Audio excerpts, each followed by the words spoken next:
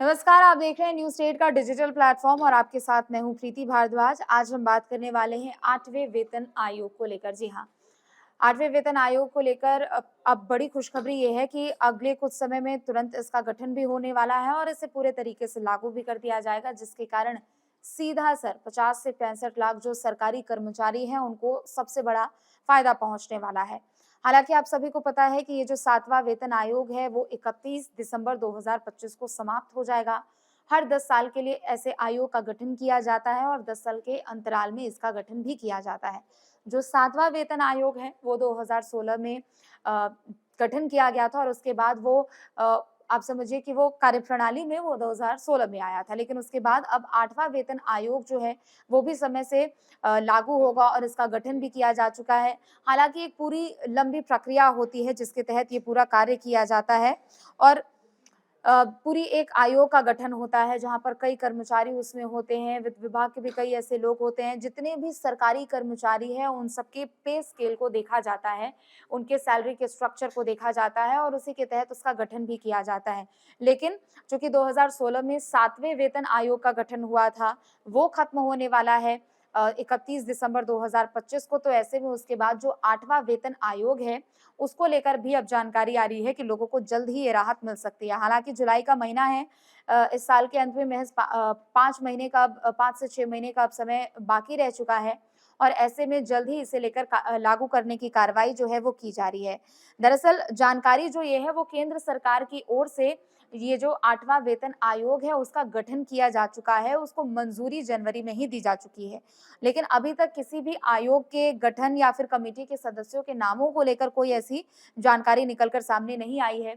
हालाँकि जब ऐसे आयोग का गठन होता है, फिर वो पे स्केल पर चर्चा करते हैं, सैलरी ग्राफ को लेकर चर्चा करते हैं। सरकारी कर्मचारियों का जो एक पे स्केल है, जो सैलरी क्राइटेरिया है, उन सबको पहले एनालाइज़ किया जाता है और उसके बाद एक लिमिट के हिसाब से और एक तय प्रतिशत के हिसाब से कर्मचारियों की सैलरी बढ़ती है। लेवल 1 हो, लेवल 2 हो, लेवल 3 ऐसे करके अलग-अलग लेवल्स के आधार पर ही सैलरी क्राइटेरिया जो है उन सबको देखते हुए सैलरी में इज़ाफ़ा किया जाता है। लेकिन दूसरी तरफ जनवरी में मंजूरी मिल चुकी है, लेकिन अभी तक किसी भी नाम का कोई ऐलान नहीं हुआ है या फिर नाम को लेकर कोई ऐसी जानकारी निकल कर सामने नहीं आ पाई है। लेकिन आप ये समझिए कि जल्द से जल्द इसको लागू किया जा सकता है। चूँकि 31 दिसंबर 2025 को 7वां वेतन आयोग खत्म हो रहा है, तो ऐसे में जो भी सैलरीड पर्सन है और या फिर इसके अलावा जो पेंशन धारक हैं, उनको सबसे ज़्यादा फ़ायदा मिलेगा और आप समझिए कि ये लागू होने से नहीं भी तो कम से कम 50 से 65 लाख जो सरकारी कर्मचारी हैं, उनको सबसे बड़ा फ़ायदा मिलेगा, जिसमें सैलरीड पर्सन भी हैं और उनमें पेंशनधारी लोग भी हैं, जो कि पेंशन पे आ चुके हैं।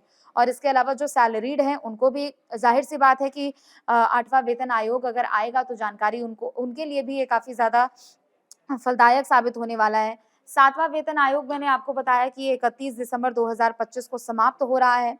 इसे मनमोहन सरकार ने मंजूरी दी थी, हालाँकि 2014 में नरेंद्र मोदी की सरकार आई थी, लेकिन ये जो आयोग का गठन होता है, उसके बाद सिर्फ तुरंत उसको लागू नहीं कर दिया जाता है। उसके पीछे सालों की मेहनत लगती है, पूरा रिपोर्ट तैयार किया जाता है और एनालिसिस किया जाता है कि कैसे सैलरी क्राइटेरिया है। तो आप इसको समझिए कि मनमोहन सरकार जब थी, साल 2014 में चूँकि नरेंद्र मोदी सरकार आई है और 4 से लेकर 2014 तक मनमोहन सरकार थी, तो ऐसे में ये जो 7वां वेतन आयोग था, वो उस समय लागू किया गया था, जो कि 2016 में क्रम में आया मतलब इन यूज़ आया है। 2016 से लेकर फिर उसके बाद 2025 में ये समाप्त हो रहा है। 10 सालों का अंतराल होता है और फिर उसके बाद अगले जो वेतन आयोग होता है, उनका गठन किया जाता है।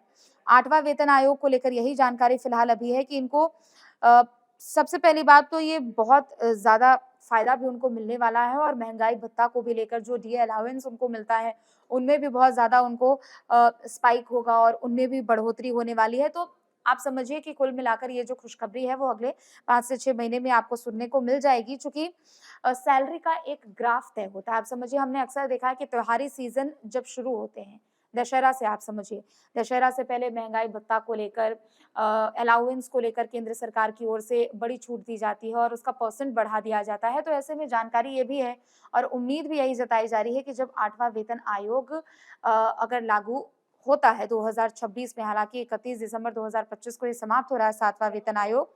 तो उससे पहले ये डीए को भी लेकर, डीए अलाउंस को लेकर, महँगाई भत्ता को भी लेकर लोगों को एक बड़ी राहत मिल सकती है।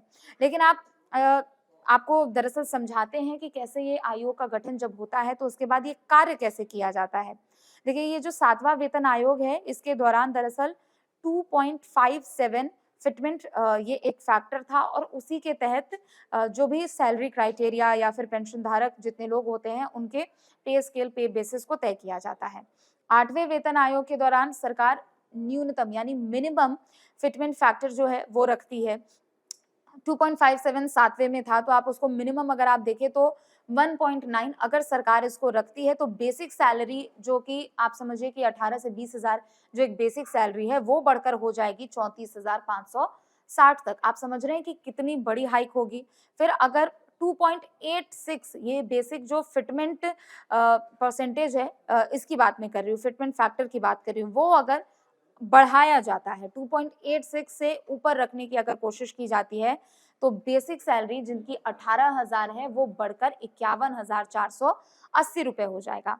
अब ये भी एक क्वेश्चन है कि क्या इसमें डीए भी मर्ज होगा? तो देखिए, अभी जो महँगाई भत्ता है, अभी जो अलाउंस मिल रहा है, वो दरअसल 55% है और आखिरी बार मार्च 2025 में 2% की बढ़ोतरी की गई थी। पहले 53% था, फिर 2% की इसमें बढ़ोतरी की गई थी और ऐसे में इसको 1 जनवरी 2025 से लागू भी किया गया था। ये बढ़ोतरी हालाँकि बेहद कम थी। आमतौर पर हम देखते हैं कि जब भी महँगाई भत्ता या फिर अलाउंस बढ़ाई जाती है, वो 4 से 8% के बीच में अक्सर हुआ करती है। लेकिन इस बार चूँकि 2% ही बढ़ी थी, तो ऐसे में सरकारी कर्मचारी को ये उम्मीद है कि त्योहारी सीज़न से पहले शायद जो अलाउंस महँगाई भत्ता मिलता है, उसको और कुछ परसेंटेज बढ़ाया जा सकता है और अभी अगर 55 प्रतिशत जो है, उसको 4% अगर बढ़ाया जाता है, तो वो 59% हो जाएगा, 59% तक का हो जाएगा और इसमें ये भी बातें निकल कर सामने आ रही है कि शायद 8वें वेतन आयोग में इसको मर्ज भी किया जा सकता है। तो आप समझ सकते हैं कि एक बड़ी राहत निश्चित तौर पर सरकारी कर्मचारियों को मिलेगी, चाहे आप सैलरीड हैं, आप मौजूदा समय में काम कर रहे हैं या फिर उसके अलावा आप अगर पेंशन्ड भी है, आपको पेंशन भी मिलता है, तो आपके लिए भी ये बहुत राहत भरी बात होगी। और कितनी सैलरी बढ़ेगी ये भी आपको एक बार मैं बता देती हूँ। चूँकि लेवल 1 की अगर हम बात करते हैं तो अभी मौजूदा समय में वर्तमान में जो सैलरी है वो 18,000 रुपए है। अगर उसकी सैलरी 8वें वेतन आयोग के लागू होने के बाद की अगर बात की जाए 2.86 जो फिटमेंट फैक्टर है, उसके लिहाज से देखा जाए तो फिर ये सैलरी बढ़कर हो जाएगी 51,480 रुपए।